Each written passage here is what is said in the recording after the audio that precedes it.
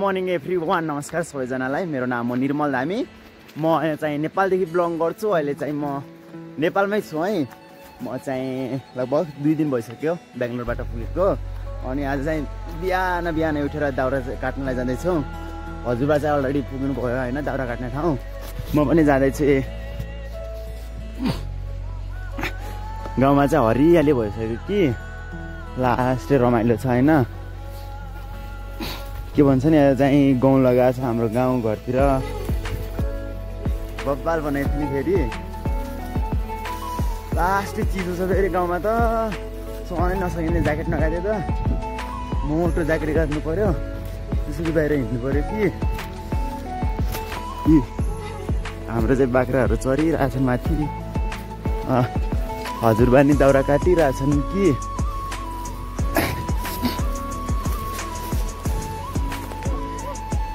के दोला काकु नाइ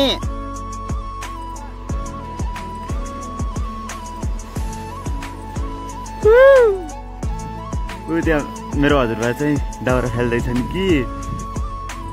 यहाँ ल्याएर चाहिँ काट्नुपर्छ मजाले दाउरा। हाम्रो गाउँतिर त होइन एउटा कुरा के जस्तो सहरतिर जस्तै के भन्छ मिल भित्ती यताउति हुन्छ नि के भन्छन् गाउँ पिस्नलाई। हाम्रो गाउँतिर त यस्तो घट्टो हुन्छ कि बबाल। मेरो हजुरबाको है यो चाहिँ भित्र चाहिँ कस्तो गरेछन् हजुरबाले। हाम्रो गाउँघरतिर चाहिँ बब्बाल हुन्छ नि फेरि गाउँघरतिर घट्ट एकदमै धेरै पुरानो हो नि त। यहाँ बस्यो भने चाहिँ पुरा कपडा चाहिँ व्हाइट हुन्छ। त्योभन्दा नबस्नु नै बेस। यता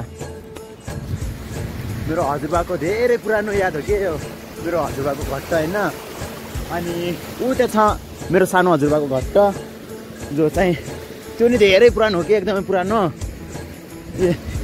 अहिले चाहिँ म माछा मार्न आएँ कि भाइहरू नि आएको छन् त्यहाँ माछा मार्न। खै छन् कि छैनन् माछाहरू। हजुर माछा छन् खोलामा खालि नाटक दा भयो यार 2 दिन। भाग्यमानी ठुल्ठुलो हुनु मेरो भाइहरू। छिटो बौरानी ल्याउनु कि। अनि मैले चाहिँ के भन्नु कि कहाँ माछा छन्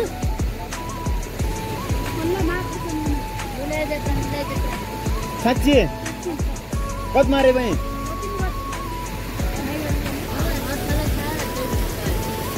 यो ढुङ्गालाई चाहिँ जेसी बोलाएर पल्टाउनु पर्छ ल।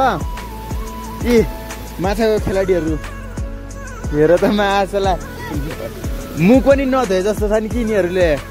मुख धोइहाल्ला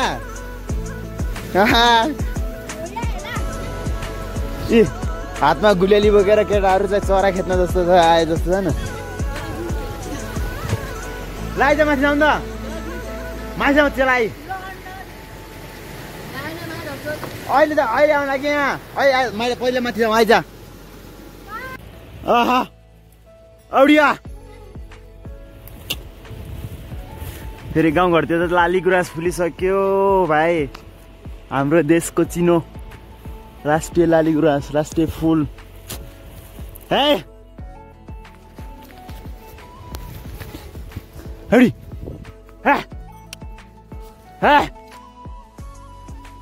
बाहिरले चाहिँ के भन्छ नि गाउँ खायो भने चाहिँ लास्तो भन्छ नि त। बाहिर चाहिँ यहाँबाट भगाइहाल्नु पर्यो कि। लाग्यो भाग त।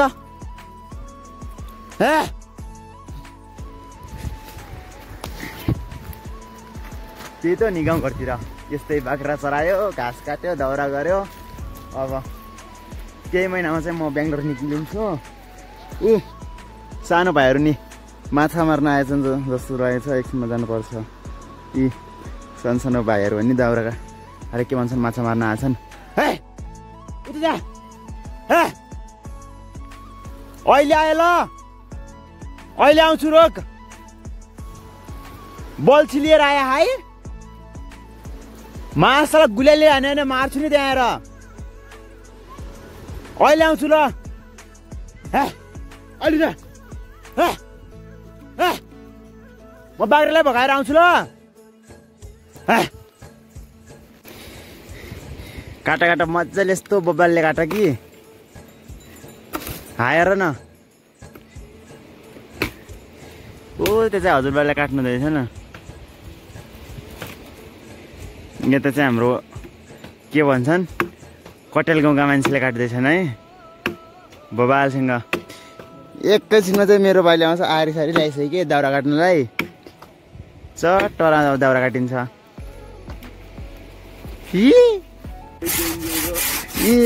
काट्न सक्नु पर्यो नि आफूले कहिले दाउरा काट्या भयो नि तब हुन कहिले घाँस काट्या कहिले दाउरामा हात लगायो भने तब काट्न सकिन्थ्यो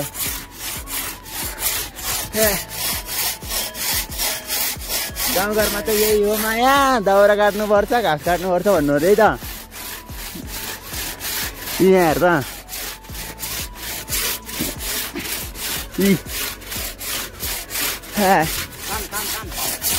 काटेर चाहिँ भ्यायो गाइज लास्ट थकाइ भयो नि त अब चाहिँ भिडियोलाई एन्ड गर्छु भिडियोलाई एन्ड गर्नुभन्दा अगाडि सबैजनाले मेरो युट्युब च्यानलमा गएर सब्सक्राइब गरिदिनु होला अनि जति पनि मेरो युट्युब च्यानलमा जोइन हुनुभएको छ जति सक्दो लाइक गरिदिनु होला अनि गएर कमेन्ट गरिदिनु होला है ओके मिल्छु कुनै नेक्स्ट भिडियोमा बाई बाई तबसम्म म गुड नाइट